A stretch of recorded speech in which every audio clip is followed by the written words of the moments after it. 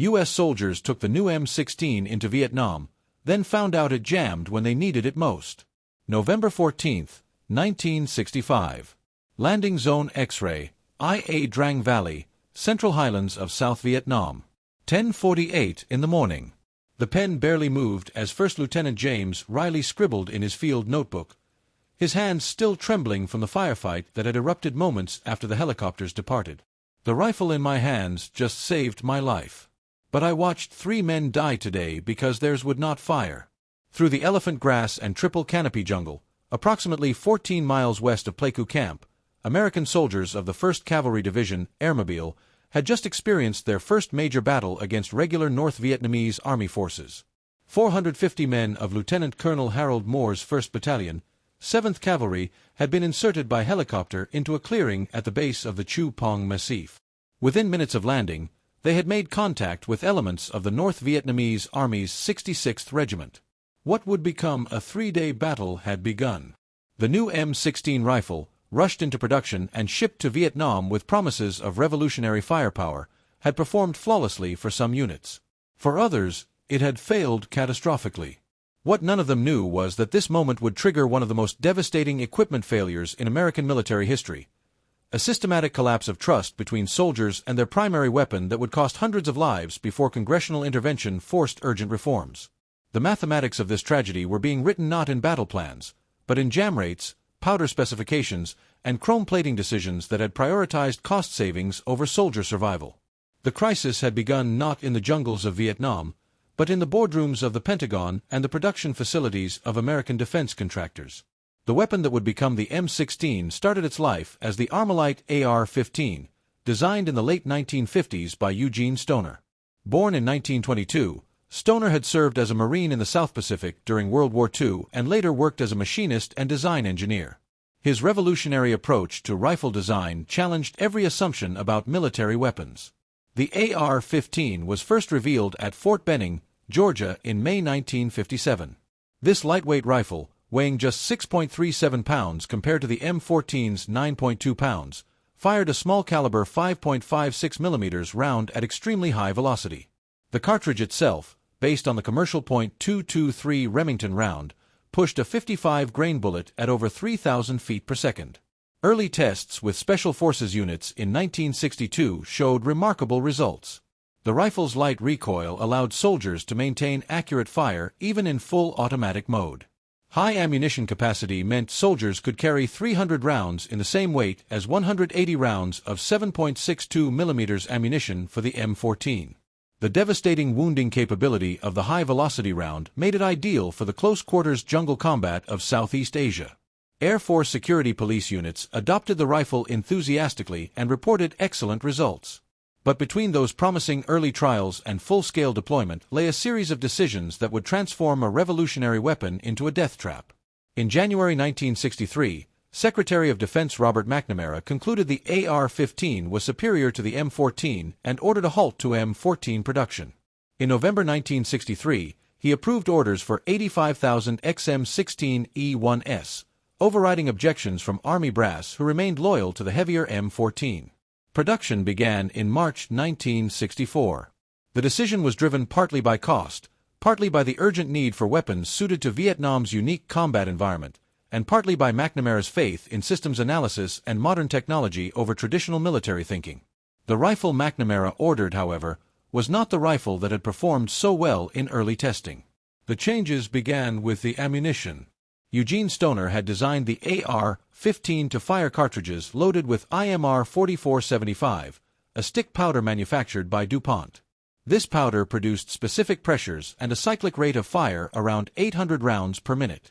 The combination had been carefully engineered to work with the rifle's direct gas impingement system, where propellant gases were channeled directly back into the bolt carrier to cycle the action. In March 1964, DuPont informed the Army that it could not mass-produce IMR 4475 to meet the demanded specifications and timeline. The powder worked perfectly in small controlled batches, producing consistent velocities and pressures, but scaling up to produce millions of rounds while maintaining lot-to-lot consistency proved impossible. The extruded stick powder required precise control of temperature, humidity, and cutting processes. Even minor variations between batches could affect chamber pressures and velocities. The Army needed millions of rounds immediately for Vietnam deployment. DuPont could not deliver. The Army needed an alternative immediately.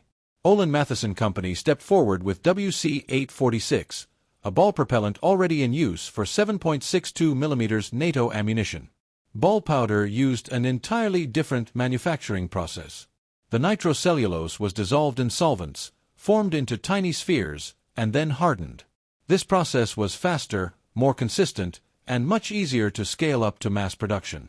A batch of WC-846 could be manufactured in 40 hours compared to 2 weeks for IMR 4475. More importantly, Olin Matheson could guarantee a delivery of the enormous quantities the Army required. The Army and Olin Matheson both understood that WC-846 burned differently than IMR 4475. The ball powder generated higher peak pressures and maintained those pressures longer as the bullet traveled down the barrel. This produced higher port pressures at the gas port location. The increased gas pressure meant more propellant gas was diverted back through the gas tube into the bolt carrier. This increased the violence of the action cycling and raised the cyclic rate of fire from around 800 rounds per minute to between 850 and 1,000 rounds per minute. More critically, WC-846 contained calcium carbonate as a stabilizer and deterrent coating. The calcium carbonate helped control the burn rate of the powder, but left significantly more fouling residue than IMR 4475. In traditional rifle designs with gas piston systems, this increased fouling went into the gas piston and could be cleaned from outside the action. But the M16 used direct gas impingement. Every bit of that calcium carbonate residue was blown directly back into the bolt carrier, the bolt, and most critically the chamber itself, with every single shot fired. Crucially, no one conducted extensive testing of the M16 with WC-846 ammunition before approving the change. The rifle had been tested and approved with IMR 4475. The ammunition change was treated as a simple substitution rather than a fundamental alteration to the weapon system. Army acceptance tests continued using remaining stocks of IMR 4475 loaded ammunition even as millions of rounds of WC-846 ammunition were being produced for shipment to Vietnam. The second critical decision involved chrome plating. Eugene Stoner and the Colt engineers who manufactured the rifle strongly recommended chrome plating the chamber and bore. This was not a new or experimental technology. Chrome plating had been used in artillery barrels since World War I and in aircraft machine guns throughout World War II. The process involved electroplating a thin layer of chromium onto the steel surface, creating a hard, corrosion-resistant finish. Chrome plating would protect against corrosion in Vietnam's humid jungle environment and would help prevent cartridge cases from sticking in the chamber during extraction. The United States military had extensive experience with tropical corrosion from the Pacific theater of World War II. Weapons that performed flawlessly in temperate climates had corroded rapidly in the humidity of Pacific islands. Chrome plating had been identified as the solution decades earlier. The Army rejected this recommendation. Chrome plating added cost and production time to each rifle. Each chamber had to be carefully prepared, plated in an electroplating bath, and then inspected. The process added several steps to the manufacturing timeline. More importantly, traditionalists in Army ordnance worried that chrome plating would affect accuracy. Some target shooters believed that chrome-plated barrels were less accurate than bare steel, though testing had never confirmed this belief for military-grade accuracy standards. The decision was made to produce rifles without chrome-plated chambers despite warnings from the manufacturer. The Army cited the expense as cost-prohibitive, though no official documentation specifies the exact savings per rifle. Army ordnance believed that proper maintenance would prevent corrosion problems. This belief would prove catastrophically wrong in Vietnam's climate and combat conditions. The third decision would prove equally catastrophic. Colt had advertised the M16 as requiring minimal maintenance, far less than the M14. This was true when firing ammunition loaded with IMR 4475 in controlled conditions. Marketing materials and some early briefings described the rifle as nearly self-cleaning. The Army took this characterization at face value and failed to provide adequate cleaning equipment or training to troops deploying to Vietnam. Soldiers received their new M16s with virtually no cleaning kits, no instruction on proper maintenance procedures, and often with explicit statements that the rifle required little to no cleaning. Many were told the weapon was self-cleaning and that attempting to clean it improperly might damage it. This guidance would prove lethal when combined with the fouling properties of WC-846 powder and the lack of chrome plating in the chamber. The fourth modification compounded the emerging disaster. The original AR-15 lacked a forward assist, a device to manually ram the bolt fully forward if it failed to close on its own. Eugene Stoner had deliberately omitted this feature, reasoning that if the bolt would not close easily, something was wrong and the soldier should clear the malfunction rather than force it. Army Ordnance insisted on adding a forward assist, arguing that soldiers needed the ability to force the rifle into battery. This seemingly minor change would later become a symbol of the systemic problems. Soldiers using the forward assist, desperately trying to close bolts on chambers already fouled beyond function. The first M16s arrived in Vietnam in early 1965. Initial issue went to elite units, Special Forces, Airborne, and the 1st Cavalry Division. These early deployments mostly used remaining stocks of IMR 4475 loaded ammunition and included soldiers who received better training and maintained their weapons meticulously. Reports from these units were largely positive. Lieutenant Colonel Harold Moore's 1st Battalion, 7th Cavalry carried M16s into the IA Drang Valley in November 1965. Moore, a West Point graduate and combat veteran of the Korean War, commanded 450 men organized into 4 rifle companies.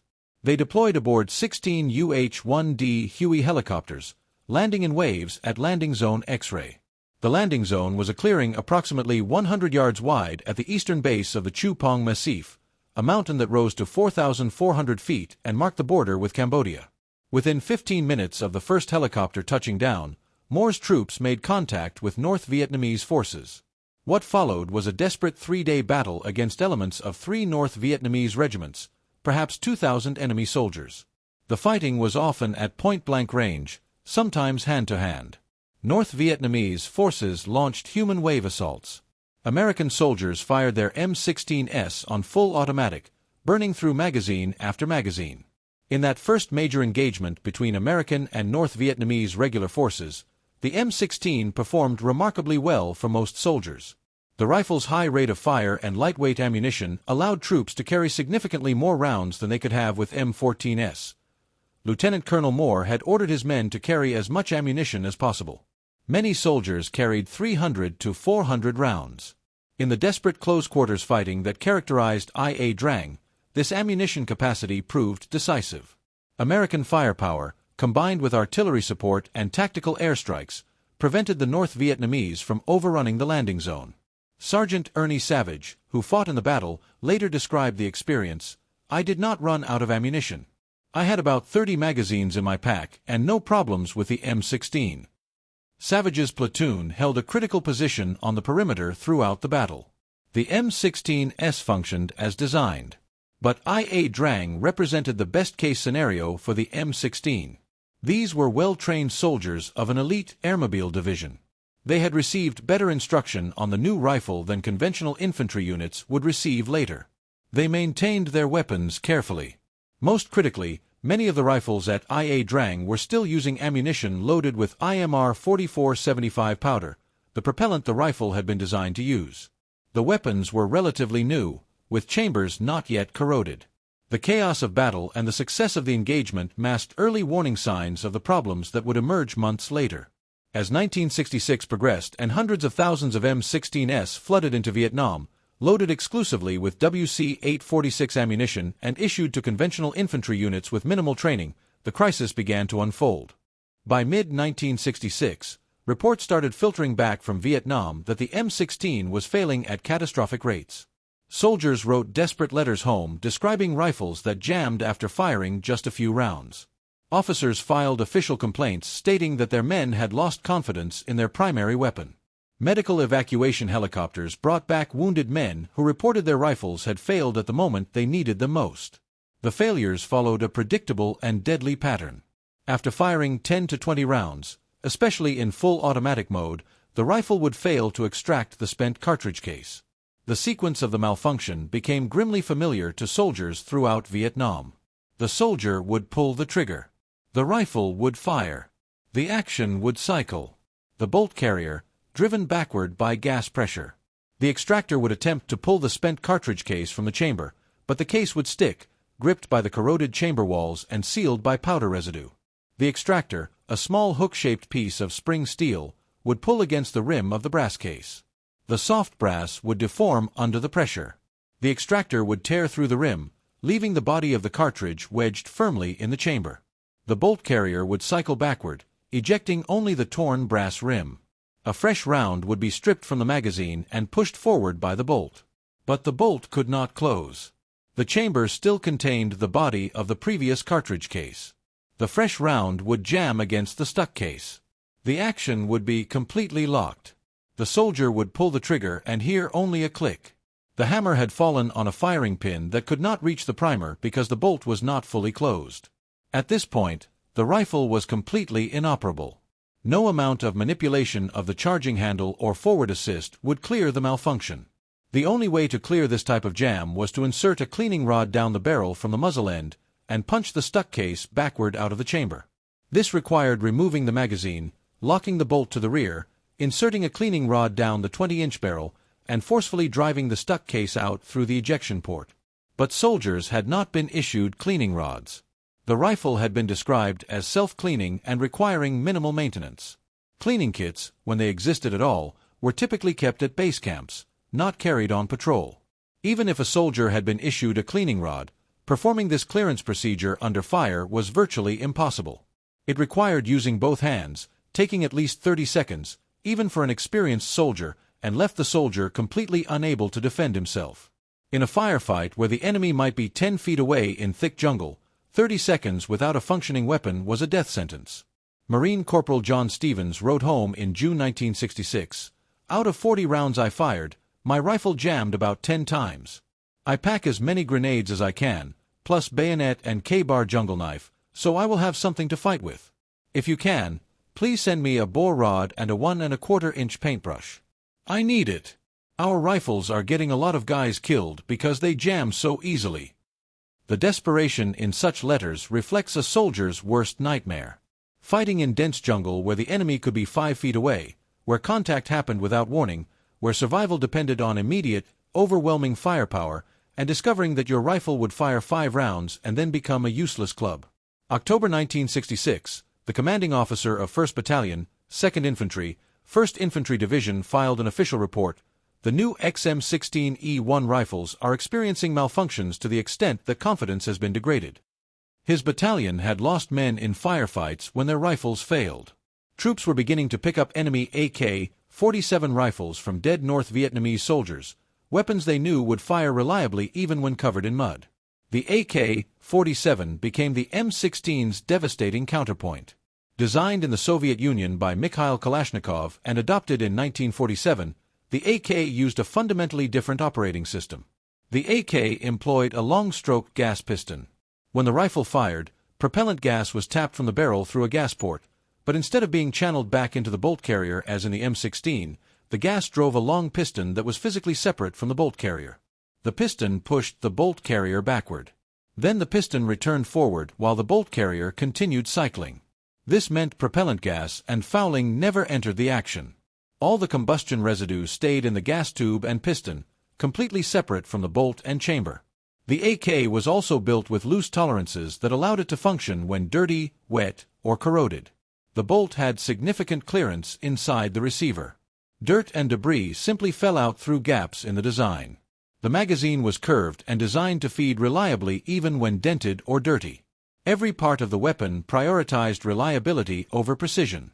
Mikhail Kalashnikov had designed the weapon based on his experience as a Soviet tank commander in World War II. He knew that soldiers in combat conditions could not maintain weapons carefully. He designed a rifle that would work regardless of how badly it was treated. North Vietnamese and Viet Cong fighters maintained their AK-47s poorly, if at all. Weapons were stored in underground caches where they were exposed to water, mud, and humidity for months. They were carried through rivers, dropped in rice paddies, buried when units retreated. Yet the weapons functioned with near-perfect reliability. An AK could be pulled from a muddy stream. The bolt cycled once to clear water from the action, and the weapon would fire. American soldiers began to notice the contrast immediately. "We found a case that had been buried in mud, dropped in rivers, left in the jungle for weeks," wrote Sergeant William Rodriguez. "We picked them up, pulled the bolt back, and they fired. Our M16s jammed if you looked at them wrong." The contrast became a bitter joke among infantry units. The enemy had better rifles than we did. The underground market for captured AK-47s flourished. Officially, carrying enemy weapons was prohibited by regulations. American ammunition was not compatible with the AK, and carrying enemy weapons could lead to friendly fire incidents if a soldier was mistaken for the enemy. Unofficially, many squad leaders allowed or even encouraged their men to carry captured AKs. Some soldiers carried both an M16 and an AK, using the American rifle until it jammed and then switching to the Soviet weapon. A functioning AK was better than a jammed M16. Soldiers understood this, even if Army regulations did not. The first official acknowledgement of the crisis came too slowly. Reports of malfunctions reached General William Westmoreland, commander of Military Assistance Command, Vietnam. Westmoreland found himself in an impossible position. He had personally requested 100,000 minutes and 16 seconds for Vietnam, praising the rifle as ideal for jungle warfare. He had visited units at Ia Drang shortly after the battle and heard positive reports about the weapon.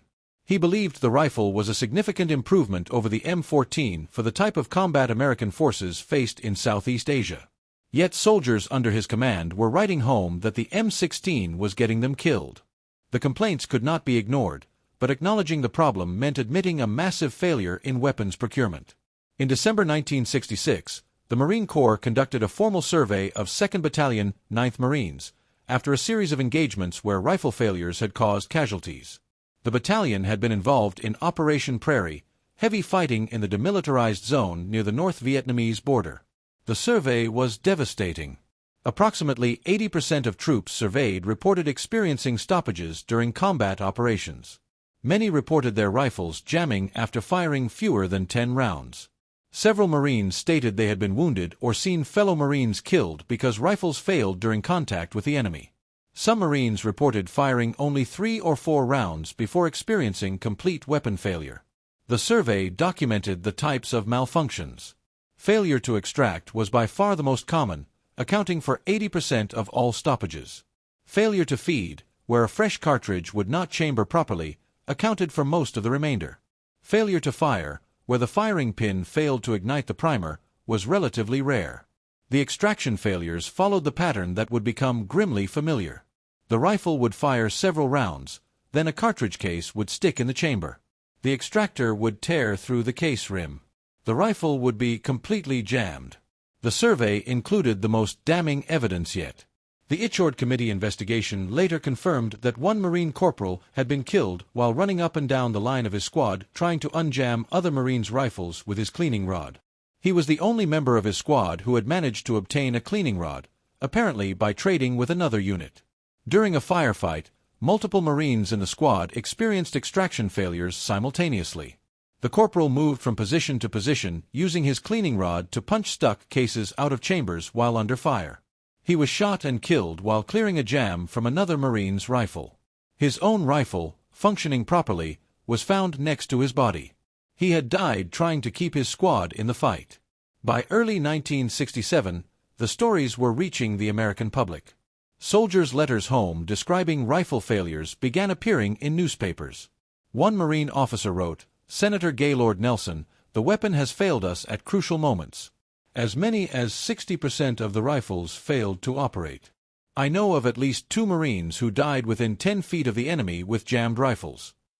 Another letter from a Marine stated simply, "You know what killed most of us? Our own rifles, the M16. Families who had lost sons in Vietnam demanded to know if inadequate equipment had contributed to their deaths. On March 26, 1967, the Washington Daily News broke a major story about M16 reliability problems, featuring interviews with returning soldiers and excerpts from letters sent home from Vietnam. The article created a political firestorm. How could American troops be sent into combat with defective rifles? Why had the problems not been identified and corrected before widespread deployment? Who was responsible for decisions that prioritized cost and production speed over soldier safety?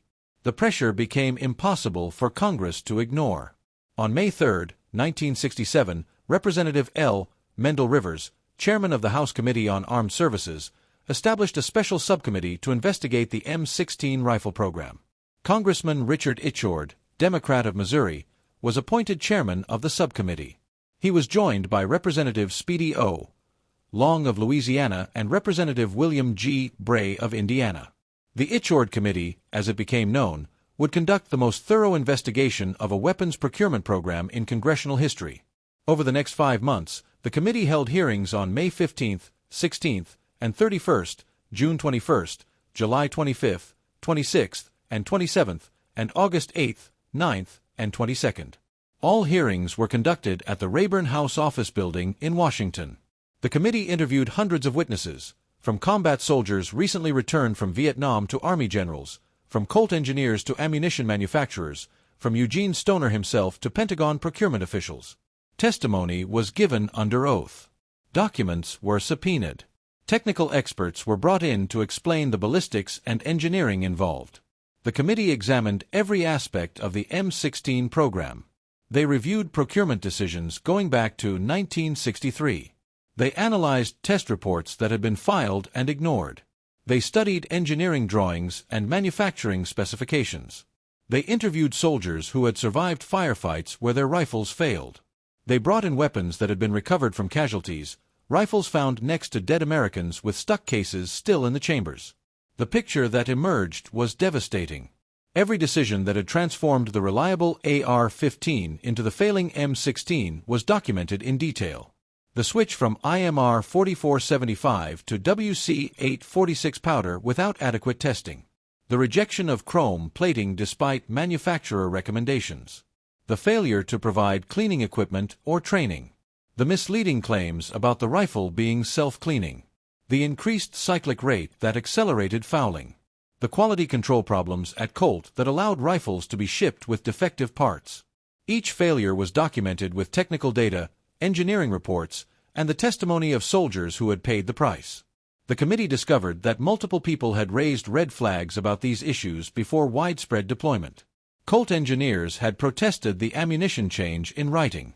Company officials had stated explicitly that they could not guarantee weapon performance with the new powder. Eugene Stoner had recommended chrome plating in his original design specifications and had reiterated this recommendation when the Army began large-scale procurement. Air Force officers who had used the rifle successfully with proper ammunition and maintenance had emphasized the need for cleaning equipment and training. Test reports had shown increased malfunction rates with WC-846 ammunition. All of these warnings had been ignored, dismissed, or buried in the urgency to get rifles to Vietnam and the desire to cut costs. The most damning revelation concerned who knew what and when. Army Ordnance had test data showing that WC-846 ammunition caused increased malfunction rates. They had reports from Colt stating that the company could not guarantee rifle performance with WC-846. They knew that rifles without chrome plating corroded in humid environments. They knew that soldiers were not receiving adequate training or cleaning equipment. Yet deployment had continued month after month while soldiers died because their rifles failed. The testimony of returned combat veterans proved particularly powerful. Marine Corporal Thomas Martinez testified about a firefight where his rifle jammed after the third round. He described using his jammed rifle as a club, suffering a bayonet wound, and watching his fire team leader die while trying to clear his own jammed rifle. Private First Class David Chen described finding a dead American patrol. All 7 men killed, all 7 M16s jammed, cleaning rods scattered around the bodies where the men had died trying to clear their weapons. Eugene Stoner explained his design philosophy for the committee. The AR-15 was engineered as a complete weapon system. The rifle, the ammunition, the maintenance procedures all worked together. Changing the ammunition without extensive testing broke the system. He had recommended chrome plating specifically because he knew the direct gas impingement system would be vulnerable to corrosion without it. He had never claimed the rifle was self-cleaning. That characterization had been invented by marketing departments and repeated by people who did not understand the weapon. Ballistics experts testified about the differences between IMR 4475 and WC-846. The ball powder produced higher port pressures that increased the volume of gas and residue blown into the action. The calcium carbonate in WC-846 created fouling that IMR 4475 did not. The increased cyclic rate meant more rounds fired before a soldier could react to a malfunction, leading to worse jams. All of this had been predictable. Some of it had been predicted. The predictions had been ignored. Representatives from Colt testified that they had raised concerns about the ammunition change. They stated in writing that they could not guarantee rifle performance with WC-846 and that the increased cyclic rate violated Army acceptance standards. The Army had granted waivers allowing the higher cyclic rate. Quality control inspectors testified about finding defects in rifles being shipped to Vietnam. Bolt carriers with improper hardness that would crack under stress. Extractors with weak springs that would fail to pull stuck cases. They had rejected these rifles. The rejections had been overruled in the urgency to meet production quotas. The financial testimony exposed another dimension of the scandal. The decision to use WC-846 had saved money. Ball powder was cheaper and faster to produce than stick powder. Olin Matheson had made substantial profits from ammunition contracts. The decision not to chrome plate chambers had saved production costs. While the committee found no evidence of outright corruption or bribery, the cozy relationships between military procurement officers and defense contractors had clearly affected decision-making. Cost considerations and production convenience had outweighed combat effectiveness and soldier safety. By August 1967, the Ichord Committee had assembled an overwhelming case. The M16 failures were not the result of soldier incompetence or inadequate training alone. They were the result of systematic failures in weapons procurement, testing, and deployment. Multiple officials and organizations shared responsibility. Army Ordnance had approved the ammunition change without adequate testing. The Army Materiel Command had rejected manufacturer recommendations about chrome plating. Training commands had failed to develop proper maintenance instruction. Colt had continued production despite knowing about problems. Olin Matheson had supplied ammunition that did not work properly with the rifle. Pentagon procurement officials had prioritized cost and speed over reliability. The committee's formal report, released on October 19, 1967, contained extensive findings and recommendations. The switch to ball powder ammunition was identified as the primary cause of malfunctions. The lack of chrome plating in the chamber was the secondary cause. The failure to provide adequate cleaning equipment and training was the tertiary cause.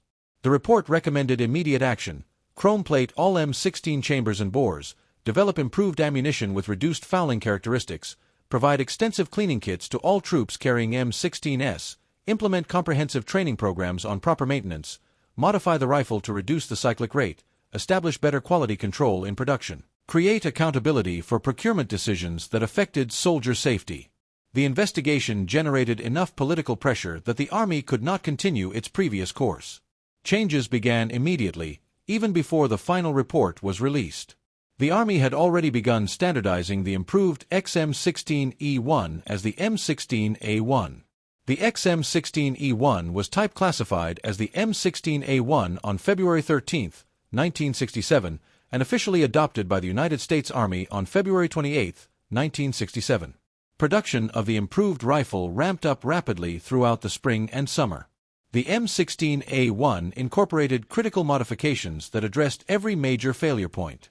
The chamber and bore were chrome-plated, eliminating the corrosion problems that caused cases to stick. The chrome plating process added several manufacturing steps, but proved essential. Each chamber was carefully prepared, cleaned, and then electroplated with a thin layer of hard chromium. The chrome created a smooth, corrosion-resistant surface. Spent cartridge cases no longer stuck in corroded chambers. Extraction failures dropped dramatically. A new buffer assembly reduced the cyclic rate back toward the original specifications. The buffer consisted of weights and springs inside the buttstock that absorbed the impact of the bolt carrier at the end of its rearward travel. The redesigned buffer used heavier weights and stiffer springs to slow the action cycling. This reduced the cyclic rate from over 900 rounds per minute back down to between 750 and 850 rounds per minute. The slower cyclic rate meant less violent action cycling and reduced stress on all components. The forward assist was strengthened and improved. While Eugene Stoner had opposed this feature, soldiers in the field found it useful when properly applied. The improved forward assist had a stronger pawl and could apply more force to close a reluctant bolt. However, Training emphasized that the forward assist was for chambering around when loading the rifle quietly, not for forcing a jammed action. Most importantly, the designation change came with a complete overhaul of training and maintenance procedures. The self-cleaning myth was explicitly and publicly debunked. Army training commands rewrote all instruction materials. The new doctrine emphasized that the M16 required regular, thorough cleaning, especially in combat conditions. Field Manual 23-9 was completely rewritten with detailed cleaning instructions. The new manual included step-by-step procedures with photographs and diagrams. It specified exactly how to disassemble the rifle, what to clean, how to clean it, and how often. Soldiers were instructed to clean the chamber and bore after every firing session. The gas tube required cleaning weekly in combat conditions. The bolt and bolt carrier needed to be disassembled, cleaned, and lubricated daily when in the field. Comic book-style manuals were produced showing soldiers exactly how to maintain their rifles. These manuals, with simple illustrations and step-by-step procedures, could be understood even by troops with limited literacy or for whom English was not their primary language. The comic format used clear drawings showing each step of disassembly and cleaning. Arrows indicated direction of movement. Text was minimal and simple. A soldier who could not read technical prose could follow the illustrated guide. Comprehensive cleaning kits were manufactured and distributed throughout Vietnam. Each kit contained everything needed to maintain the rifle in combat conditions: a 3-piece aluminum cleaning rod that could be screwed together to reach the full length of the barrel, a bore brush with stiff bronze bristles to scrub fouling from the rifling, a chamber brush specifically designed to clean the chamber walls where cases stuck, pipe cleaners to clean the gas tube without disassembling the rifle, cotton patches to wipe surfaces clean, a small bottle of lubricating oil, a toothbrush-style brush for cleaning the bolt and bolt carrier. The entire kit fit in a small plastic case that could be carried in a cargo pocket or attached to load-bearing equipment. Soldiers were required to clean their rifles daily in combat conditions, more often if they had fired extensively. Squad leaders inspected weapons regularly. Platoon sergeants conducted detailed inspections before and after operations. A dirty rifle was treated as a serious offense equivalent to other failures of discipline. The message was clear: your rifle will work if you maintain it. It will fail if you neglect it. New training programs emphasized that the M16 required regular maintenance just like any other mechanical device. The self-cleaning myth was explicitly debunked in training classes. Drill instructors taught proper cleaning procedures and inspected rifles rigorously. Recruits spent hours learning to disassemble, clean, and reassemble their rifles until they could perform the procedure quickly and correctly, even in darkness. Before deploying to Vietnam, soldiers received additional training specifically on maintaining weapons in tropical conditions.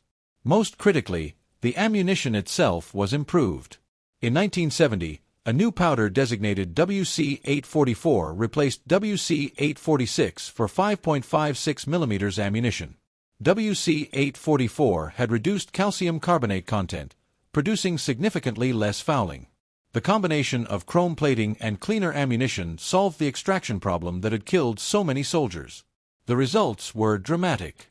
By late 1967 and early 1968, units equipped with M16A1S, proper cleaning equipment, and adequate training reported substantial improvements in reliability. Malfunction rates dropped to levels comparable to or better than other military rifles. The extraction failures that had plagued the original M16 became rare. Soldiers who had despised and feared the M16 began to trust it. The rifle's inherent advantages could finally be realized without the crippling reliability problems. The lightweight meant soldiers could carry more ammunition or reduce the burden of their combat load. The high-capacity 30-round magazine gave sustained firepower in contact. The controllability in full automatic fire allowed accurate suppressive fire.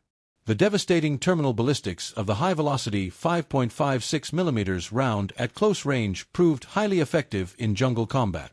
With chrome-plated chambers, proper cleaning, and improved ammunition, the M16A1 became the weapon it should have been from the beginning. In early 1968, the Army conducted comprehensive surveys of troops in Vietnam. The surveys were designed to measure soldier confidence in the improved rifle and identify any remaining problems. Results showed overwhelming satisfaction. The exact percentages varied depending on how questions were phrased, but approval ranged from 85% to 98% across different surveys. The February 1968 Department of Defense survey provided the most detailed data. 2,100 soldiers and Marines were surveyed about their combat experience with the M16A1. Only 38 individuals, less than 2%, stated they wanted to replace the M16 with a different weapon. The vast majority reported the rifle functioned reliably in combat. Most soldiers reported no significant malfunctions during the previous month of operations. When malfunctions did occur, they were typically minor feeding issues that could be cleared quickly, not the catastrophic extraction failures that had killed men a year earlier. An August-September 1967 survey conducted while improvements were being implemented found that 85% of respondents reported the M16 performed well in combat. 87% said they liked the weapon. A January-February 1968 survey found that 85% of troops wanted either the M16 or the XM177, a carbine version of the M16, for combat operations. The remaining 15% preferred other weapons, but this was considered normal variation. No weapon satisfies all users under all conditions. The transformation was complete. A weapon that had been called a death trap, that soldiers had refused to carry, that men had died cursing, had become trusted and effective. The same basic design, when properly implemented with appropriate ammunition, chrome plating, cleaning equipment, and training, proved to be an excellent combat rifle. The human cost of the delay was incalculable. No one knows exactly how many American soldiers died because their M16s jammed during firefights. The number was certainly in the hundreds, possibly more. Each death was preventable. Each resulted from decisions made in offices thousands of miles from Vietnam, decisions that prioritized production speed and cost savings over soldier survival. Beyond deaths, thousands of soldiers had been wounded while fighting with jammed rifles or using inferior weapons. The psychological cost was equally severe. Soldiers lost faith not just in their rifles, but in the institution that had sent them into combat with defective equipment. The damage extended beyond individual tragedies. The M16 scandal became a symbol of everything wrong with the Vietnam War: hasty decisions, inadequate testing, prioritization of systems and statistics over human realities, disconnect between leadership and troops in the field. For many Americans, the story of soldiers dying with jammed rifles epitomized the war's larger failures. The story did not end in 1967. The M16A1 served throughout the remainder of the Vietnam War with increasing success. As soldiers learned proper maintenance, and the weapon's quirks became familiar, the rifle evolved from liability to legend. By the 1970s, veterans who had cursed the early M16s praised the M16A1. The rifle continued to evolve through the M16A2, A3, A4, and eventually the M4 carbine, serving American forces for over 50 years and equipping armies around the world. The transformation happened because the problems were identified, investigated publicly, and corrected systematically. The legacy of the M16 crisis shaped military procurement for decades. The Ichord Committee's investigation established precedents for congressional oversight of weapons programs that continue today. Before the M16 scandal, weapons procurement had been largely an internal military matter. Congress appropriated funds but rarely questioned technical decisions about weapons design, testing, or deployment. The military and defense contractors operated with minimal outside scrutiny. The Ichord investigation changed this fundamentally. The concept of soldier feedback became institutionalized. Before Vietnam, weapons were tested by ordnance experts and evaluated by technical specialists. The opinions of ordinary soldiers who would actually carry the weapons into combat were rarely solicited and often dismissed when offered. The M16 crisis demonstrated that soldiers in combat conditions discovered problems that laboratory testing missed. Their feedback was not merely anecdotal complaint but essential operational data. The Army established formal mechanisms for troops to report equipment problems. After the war, the Army created the Product Quality Deficiency Report System, allowing soldiers to file official reports about equipment failures. These reports were tracked, investigated, and could trigger engineering changes or procurement modifications. Similar systems were established for all services. The voice of the soldier in the field gained authority it had never possessed before. Operational testing in combat conditions became mandatory before full-scale deployment of new weapons. The practice of adopting a weapon based solely on laboratory testing and limited field trials ended. New rifles, machine guns, and other individual weapons now undergo extensive operational testing by combat units in realistic conditions. Test units file detailed reports on reliability, maintainability, and combat effectiveness. Procurement decisions cannot proceed without positive operational test results. Procurement regulations were tightened to prevent the kinds of waivers and shortcuts that had caused the M16 disaster. The practice of granting waivers that allowed weapons to be fielded despite failing to meet specifications came under intense scrutiny. New regulations required that any waiver to acceptance standards be documented, justified in writing, and approved at high levels of authority. The casual granting of waivers that had allowed defective M16s to be shipped to Vietnam became much more difficult. Quality control inspections became more rigorous and independent. Previously, contractors often performed their own quality control with minimal oversight. After the M16 scandal, government inspectors gained more authority to reject defective weapons, even if contractors accepted them. The practice of overruling inspector rejections to meet production quotas was forbidden by new regulations. Manufacturing defects had to be corrected, not ignored. Most importantly, the fundamental lesson was learned. A weapon system must be tested as a complete system. Changing one component affects the entire system. Cost savings that compromise reliability are not savings at all when measured in lives lost. Contractor recommendations about their own products should be heeded, not dismissed for convenience. Soldiers' complaints from the field should be investigated immediately, not buried in bureaucracy. In 1985, 20 years after IA Drang, veterans of the 1st Cavalry Division held a reunion in Texas. Many brought their families to show them where their service had begun. Among the attendees were men who had fought with the original M16s at IA Drang and men who had struggled with jammed rifles in later battles. Former Staff Sergeant Michael Torres, who had carried an M16 through 13 months in Vietnam from 1967 to 1968, spoke about the experience. The early M16 was a death trap. We knew it. We reported it. Nothing happened for a year. Men died while bureaucrats argued about powder specifications and chrome plating costs. But the M16A1, once they fixed it, that was a different weapon. Best rifle I ever carried. Light, accurate, reliable when you maintained it. It is what the original should have been. The lessons learned shaped not just rifles, but the entire military procurement system. Independent testing by soldiers in realistic conditions became standard. Congressional oversight of major weapons programs became routine. Contractor claims were verified rather than accepted. Today, the M16 is gradually being replaced by newer rifles, but the M16 family will remain in service for years. The rifle that nearly became America's worst procurement disaster instead became its most successful precisely because the disaster was investigated, publicized, and corrected. The M16 crisis demonstrated several truths about military procurement and warfare. There are no shortcuts to reliability.